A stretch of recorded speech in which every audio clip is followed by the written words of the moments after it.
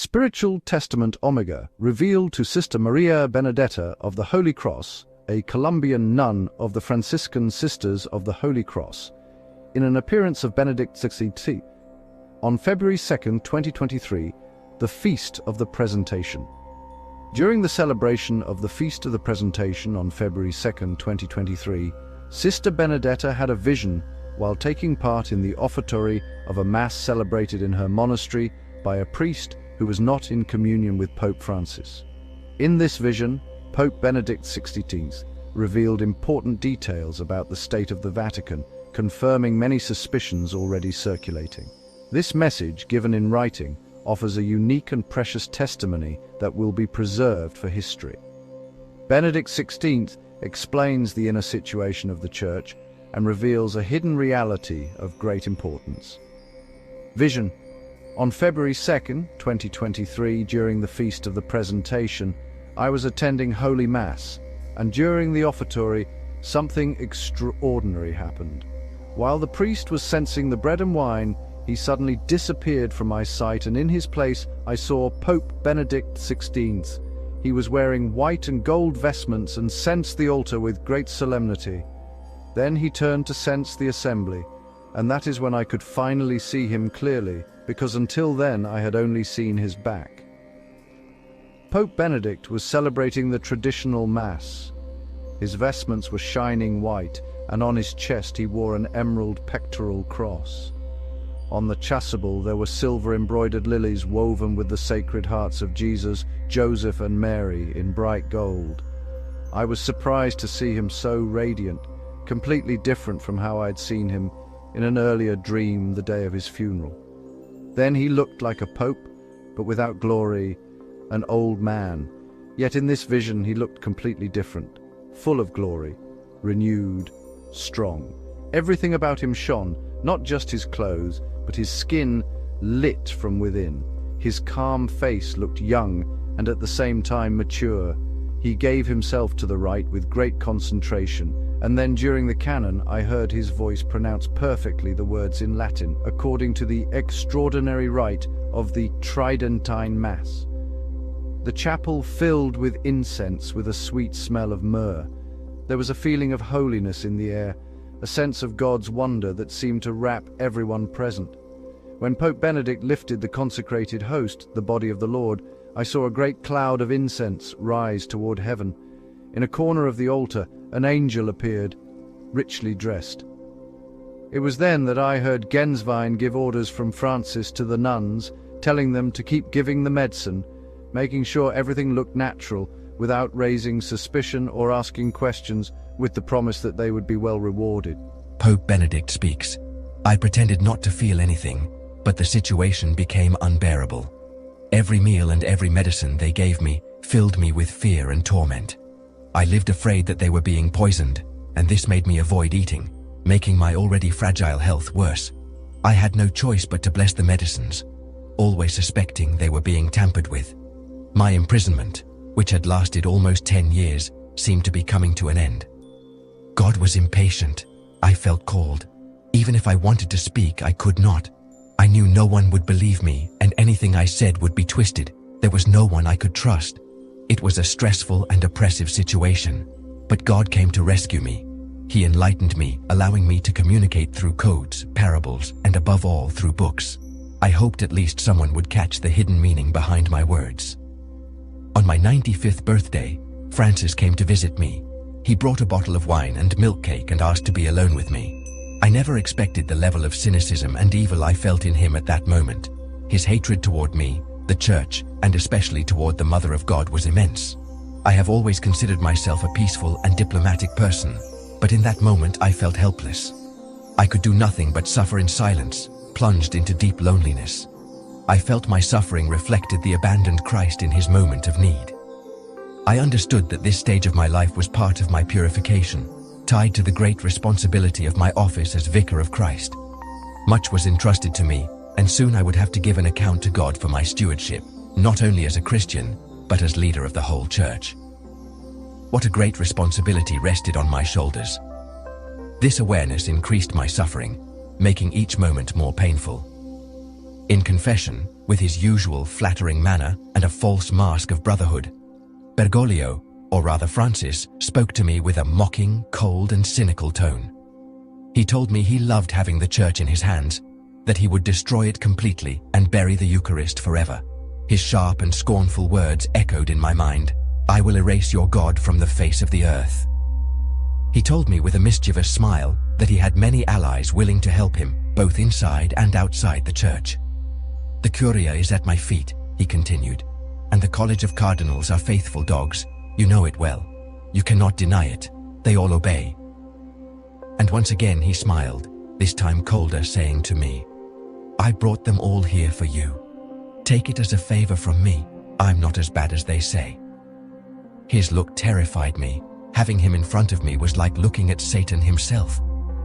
He confessed that one of his main goals was to dishonor the Mother of God, erase dogmas, and if possible, trample the Eucharist. He told me with great satisfaction that he would eliminate the extraordinary rite in one blow, leaving only the current one, full of profanations and sacrileges. He revealed that the new rite had been designed by a Mason expert in liturgy.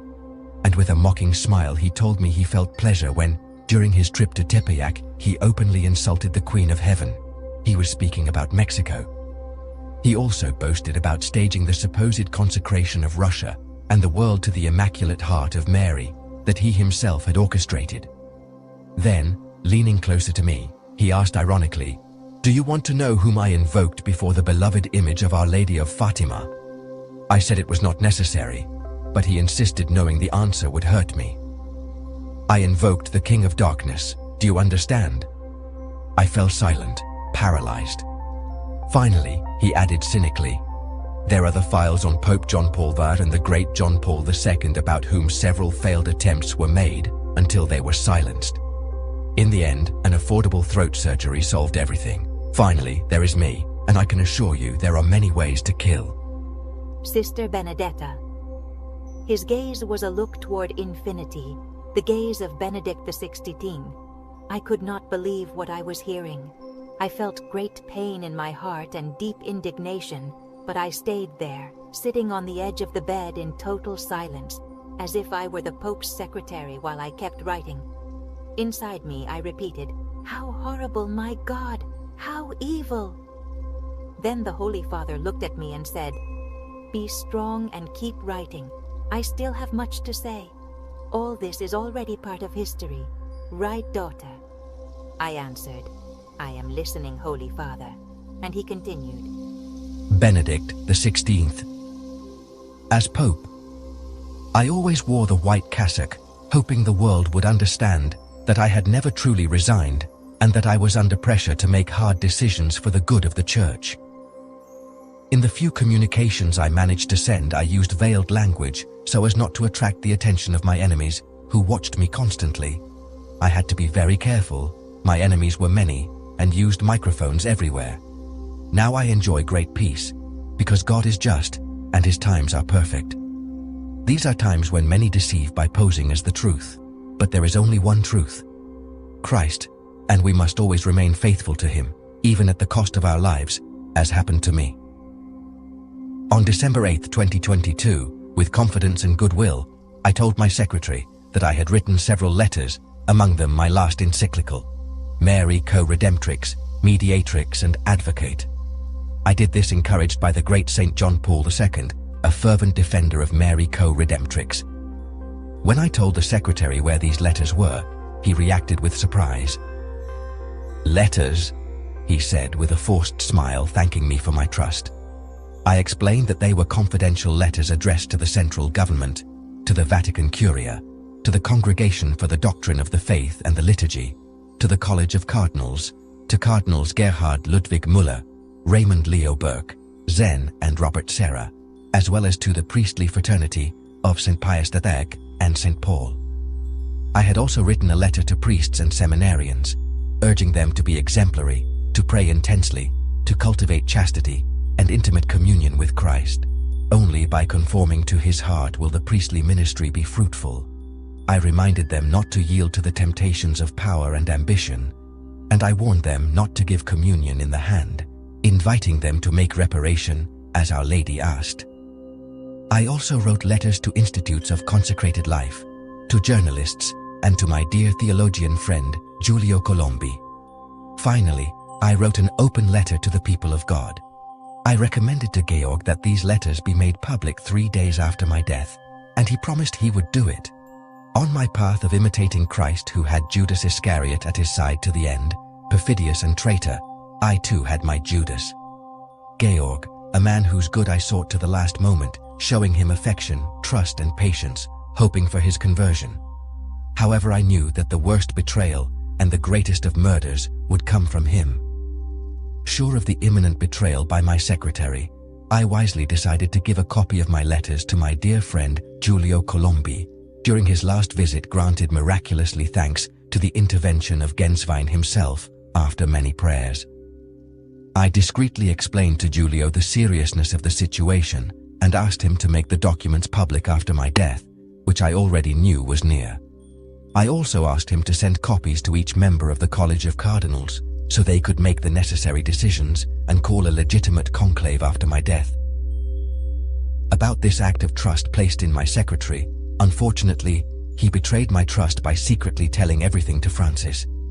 He not only informed him about the letters, but also about the encyclical Mary Co-Redemptrix, where I proclaimed dogmatically the role of the Virgin Mary as co-redemptrix, mediatrix, and advocate of humankind.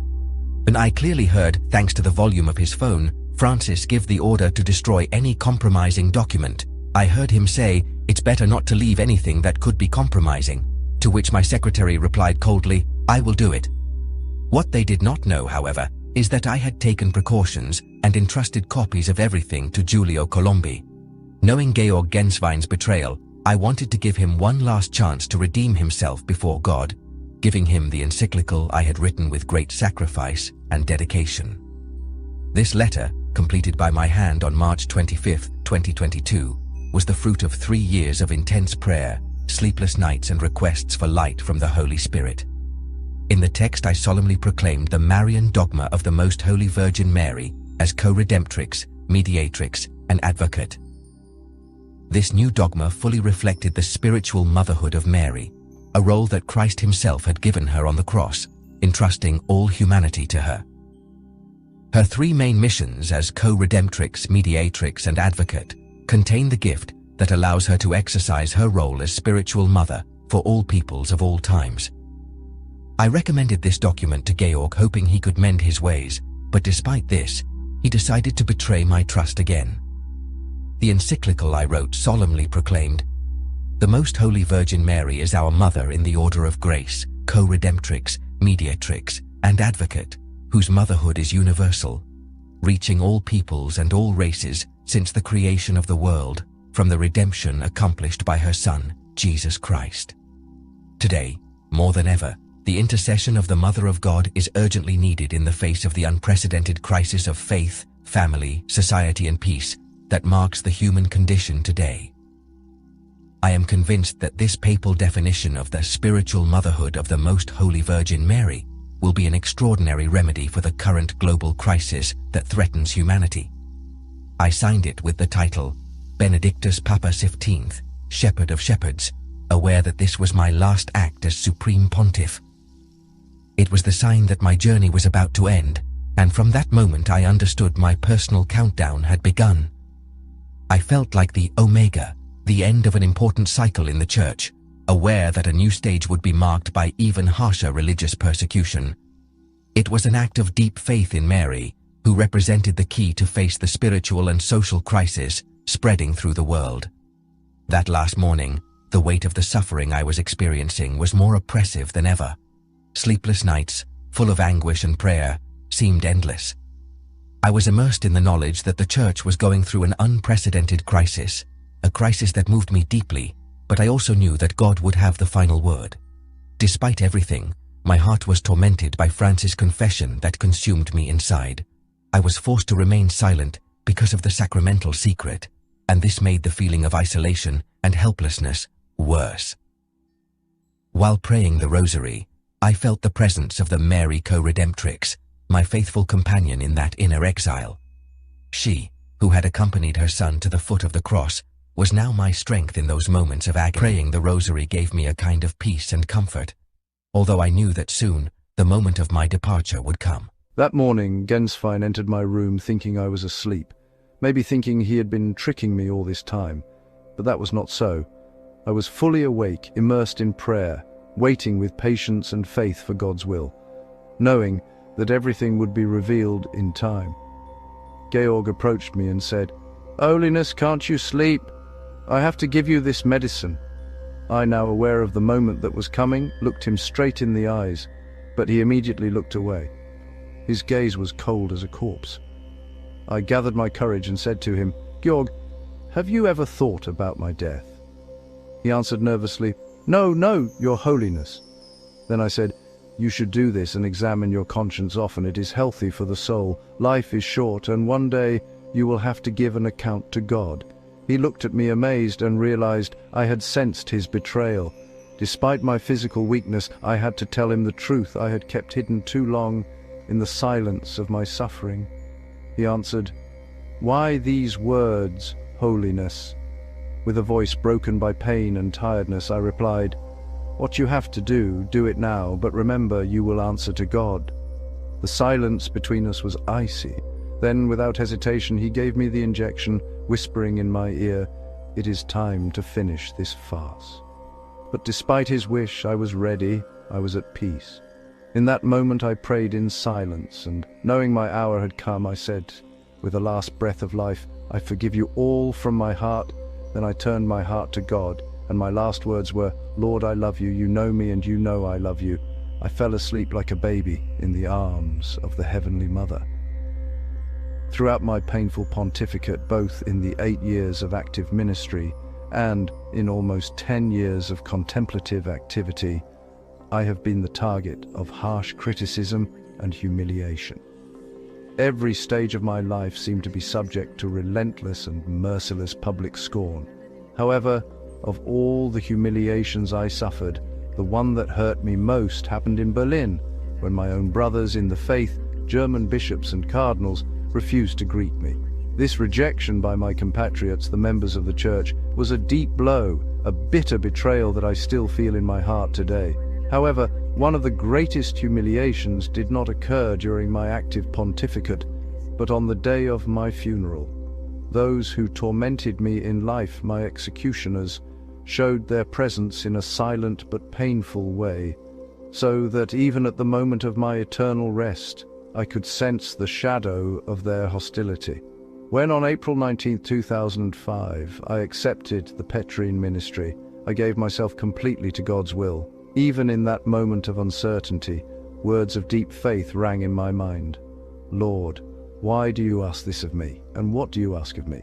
It is a heavy burden you have put on my shoulders, but if you ask it at your word, I will cast my nets." Bah! In those words, I found my strength and continued. Despite all my weaknesses, I trusted that He would always guide me. Although my heart suffered, I always kept my trust in God, knowing that my trials were only a part of what He had planned for the fulfillment of His plan. At the end of my life, I can say with confidence that the Lord always guided me. He was near me even in the hardest moments, and I could feel His presence daily. I lived moments of joy and light that gave me strength and hope, but I also went through storms, like all the disciples of Christ, in the history of the Church. Many times I felt like St. Peter and the other apostles in the boat on the Sea of Galilee. There were sunny days with a light breeze when the catch was abundant and the trip seemed easier, but there were also times when the waters were rough and the headwind made sailing difficult. In those moments the Lord seemed to be asleep, but I knew He was always there in the same boat. I have always been sure that the boat of the Church is not mine nor ours, but His. He never let it sink, nor will He abandon it. And this has been my strength during my pontificate, knowing that the Lord guides His Church even through imperfect men like me. No storm, no difficulty can ever cloud this certainty. Today my heart is full of gratitude to God. He has never stopped giving His comfort, His light and His love, neither to me nor to the whole Church. Even in pain and trials I was sustained by faith, sure that the Lord walks with us and never leaves us alone. I have loved each and every one of you without distinction with the pastoral charity that every shepherd, especially the Bishop of Rome, must have in his heart. Every day I carried you in my prayers with a father's heart, and I want my greeting and thanks to reach everyone without exception. At the end of my earthly journey, I can tell you with certainty that the Pope has never been alone. The Lord has been with me at all times. He worked with me, rejoiced with me, and cried with me, living each moment of my pontificate. My yes to God was a total surrender to His will and to His redeeming work. I never abandoned the cross, despite what some may think. I remained at the Lord's side, in a new way, like Mary at the foot of the cross, firm in faith and service until the end. My love for the Church and for each of you was rooted in the Immaculate Heart of Mary, and every decision, every effort was lived in her maternal embrace. My path has been a path of faith, trusting that the Lord never abandons us, not even in the hardest moments. I end my earthly way with gratitude and peace, sure that the Lord continues to guide His Church. Now I would like to ask you one last favor. I want you to publish this writing in the media without omitting any detail, because every word is of great importance for the Church. Do not be afraid. I understand this mission is delicate, but can I trust you? Sister Benedetta, Your Holiness, of course you can count on me. I will be your secretary if you allow me. I, Benedict XVI, do it and do not fear the possible reprisals this writing may cause. I want it to reach the Vatican Curia and all members of the College of Cardinals. Sister Benedetta. Holy Father, may I ask you a question? Benedict XVI. I am listening. Sister Benedetta. After your death, a spiritual testament was made public that is presumed to be yours. Is it true that it is yours? Benedict XV. As for my spiritual testament, I tell you it was published incompletely. Every pontiff has the freedom to write a spiritual testament. I decided to do it in two parts because of the delicate threats that hung over me at that time and the threat of schism within the Church. That is why I could not write a complete testament. I thought of dividing it into two parts.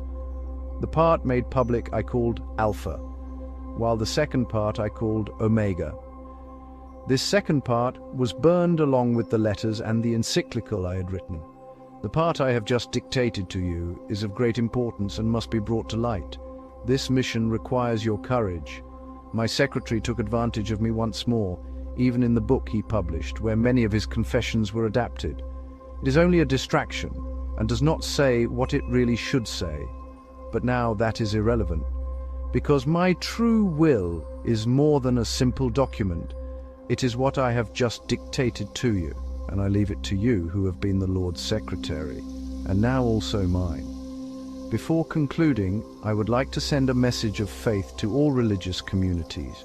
You who collaborate in the life and mission of the Church in the world are invited to nurture a faith that lights up your vocation. Your life must become a sign of contradiction in a world increasingly far from God and His love, a world without hope. Put on, O fragile daughters of Jesus Christ, the weapons of light, as St. Paul urges, remaining always vigilant. Remember that the joy of consecrated life passes through participation in the cross of Christ, as it was for Mary co-redemptrix.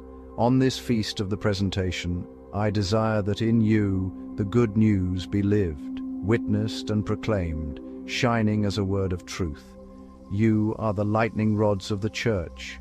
Remain firm at the foot of the cross with Mary, Mother of God. Say to all who are with God, I go, yet I remain, accompanying the Church in her purification up to Calvary, that she may be adorned with the same glory as the bridegroom. Dear friends, God always guides and sustains His Church, especially in difficult times. Never lose sight of this faith, the only true light on the path of the Church and the world. Always keep the joyful certainty that the Lord is at our side, beside us. He does not abandon us, and He fills us with His love.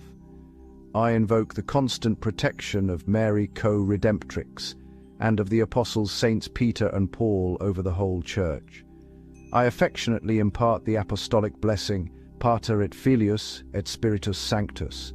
Amen. Benedict XVI's request is to make this writing public, so that the Roman Curia and the College of Cardinals are informed. The authenticity of the posthumous testament of Pope Benedict XVI, who died in December 2022, must be evaluated by anyone who reads it. It reveals horrifying and evil deeds, but it is also a testimony of heroic faith in Jesus Christ, the only Redeemer who invites us to imitate him. Pope Benedict refers to the Mysterium Iniquitatis, indicating that after his death this iniquity will take hold. With his testimony, he prepares us for the final battle between good and evil, which will culminate in the triumph of the elect and of the Immaculate Heart of Mary.